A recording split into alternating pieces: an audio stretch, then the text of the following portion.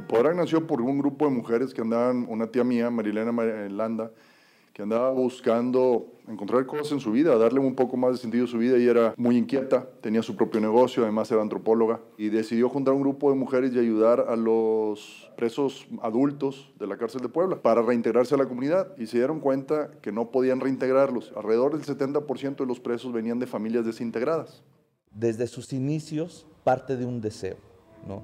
De un deseo de querer hacer algo por chavos en situaciones vulnerables. Cuando se inicia esta acción, se inicia desde la pasión, se inicia desde el deseo de justicia, de equidad para estos niños. El Hipodrak siempre nació con la idea de que pudiera ser autosustentable. Por eso también fue que se hizo en el campo, buscando estar cerca de una ciudad pequeña como es Atlixco y una ciudad grande que es Puebla, que pudiera dar todos los servicios. Hace tiempo hubo gente que decía, oye, el trabajo es un medio digno de crecimiento. Entonces vamos a trabajar, tenemos un terreno de 9 hectáreas, en 9 hectáreas hay mucho que hacer, ¿no? Y hay formas de producir incluso hortalizas, criar animales, en fin, todo esto.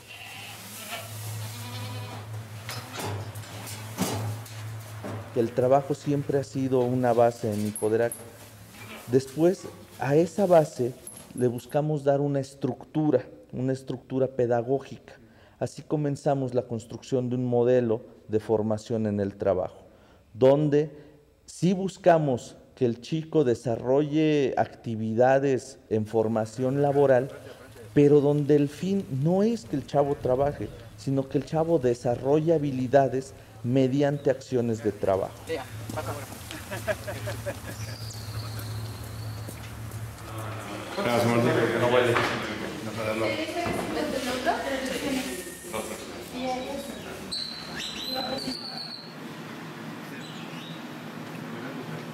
Bueno, se tuvieron muchísimos negocios en el Hipodrak. Se tuvieron aguacates, conejos, codornices, panadería, tortillería. Bueno, podríamos hacer muchos días de cosas que se tuvieron. Es hasta donde se generan, yo creo que dos coincidencias muy importantes. Una es la quesería, donde entra una visión ya de mercado, donde decimos, oigan, podemos producir a cierta calidad y existe un nicho de mercado. Entonces se empieza a pensar en ese instante ya como empresa y no como sociedad civil. Cuando se hizo el negocio de los quesos, cuando mi tía empezó con las cabras, ese era deliberado entrar. Mi tía nunca pensó en el quesito de cabra de 1,5 litros vendido en el mercado general. Traemos las primeras cabras de Querétaro, regaladas, unas cabritas de 5 meses. Pues se hizo una quesería, yo te puedo decir, no era más de 8x4, y muy chiquita. Y se empezó a producir queso. Tenemos la fortuna de contar con Rafael Perler, que nos da un know-how de calidad en la producción del queso con estándares sumamente altos, ¿no? Que él es un experto quesero suizo. Estudió para maestro quesero en Suiza, trabajó muchos años allá en queserías, después vino a trabajar en México y cuando se jubila es invitado por Agustín y viene como voluntario. Para eso empezamos a ampliar el negocio, el hato de cabras, nos metemos a meter 200 cabras. Empezamos a crecer el hato y la producción de leche. Y además haciendo la venta afuera de iglesias y a quien se dejara, ¿no? A quien se dejara, ¿por qué? Porque era decir, oye, te vendo un queso hecho por los niños de la calle. Y entonces pues las personas decían, híjole, pues bueno, no, pues sí te lo compro, quién sabe si me lo como, ¿no? La parte muy importante, primera, inicial, fue la de la comercialización, que ese sí es un trabajo muy importante de Agustín, en el tener una visión de decir, no nos vamos a quedar solamente en las iglesias y lo vamos a vender, ¿no? Vamos a hacer un muy buen queso y vamos a sacar cierto tipo de productos. Y aprovechar, en primera instancia, la red de relaciones de la institución. Fui con el señor Ferrer, y que era amigo de mi hermana, y le dije, señor Ferrer, me recibe así todo seco, y me dice, ¿qué? Y le digo, pues vengo a ver qué me dice de estos quesos. Y los ve y me dice, déjalos ver la siguiente semana. Así fue, y me largué. A la siguiente semana regreso y me dice, están buenos, les falta sal. Y me largué. Y le volví a mandar otras después, y me dice, esos sí están buenos. Le dije, bueno, ahora sí ya cumplí, sí. ¿Me puede dar la lista de sus clientes? De restaurantes donde vende vino y todo lo demás. Me dijo, sí. Y me empezó a marcar todos, y les empezó a hablar. Y decir, aquí hay unos quesos de un orfanato, de una casa de niños que valen la pena. Y empecé así.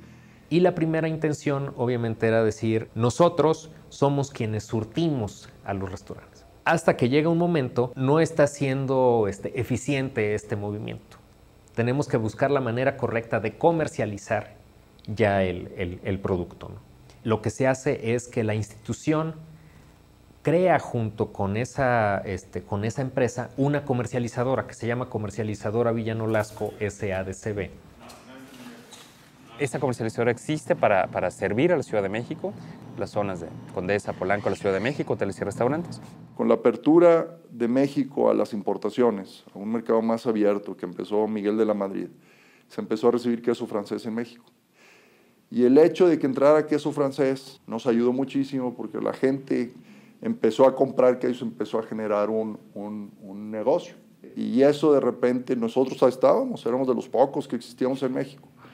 Entonces nos empezaron a llamar, oye, ¿tienes queso? Y empezó el mercado a pedirnos más queso y más queso. En la devaluación del 94, igual, me dicen, te compro todo.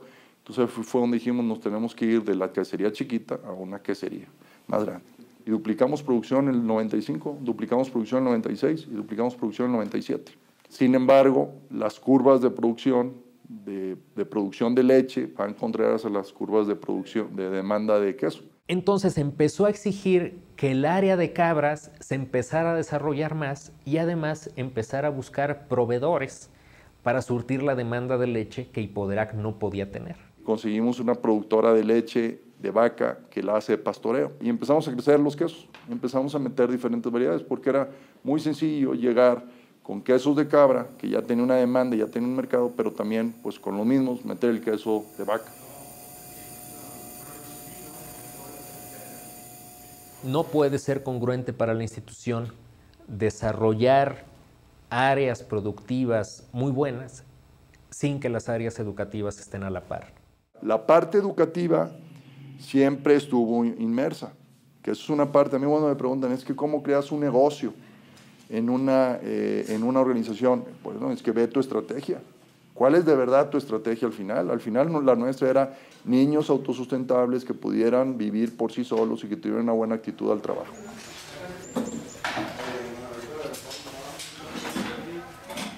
También hemos tenido apoyos institucionales muy fuertes para la parte educativa. Ignacio lo profundizará más. Sí, tenemos una relación con Tierra de Hombres. Ellos son una organización alemana que canalizan recursos para apoyarnos en el proyecto. Eso significa que nos dio la capacidad para contratar servicios de organizaciones especializadas en metodología educativa para poder sistematizar nuestro modelo educativo y publicarlo.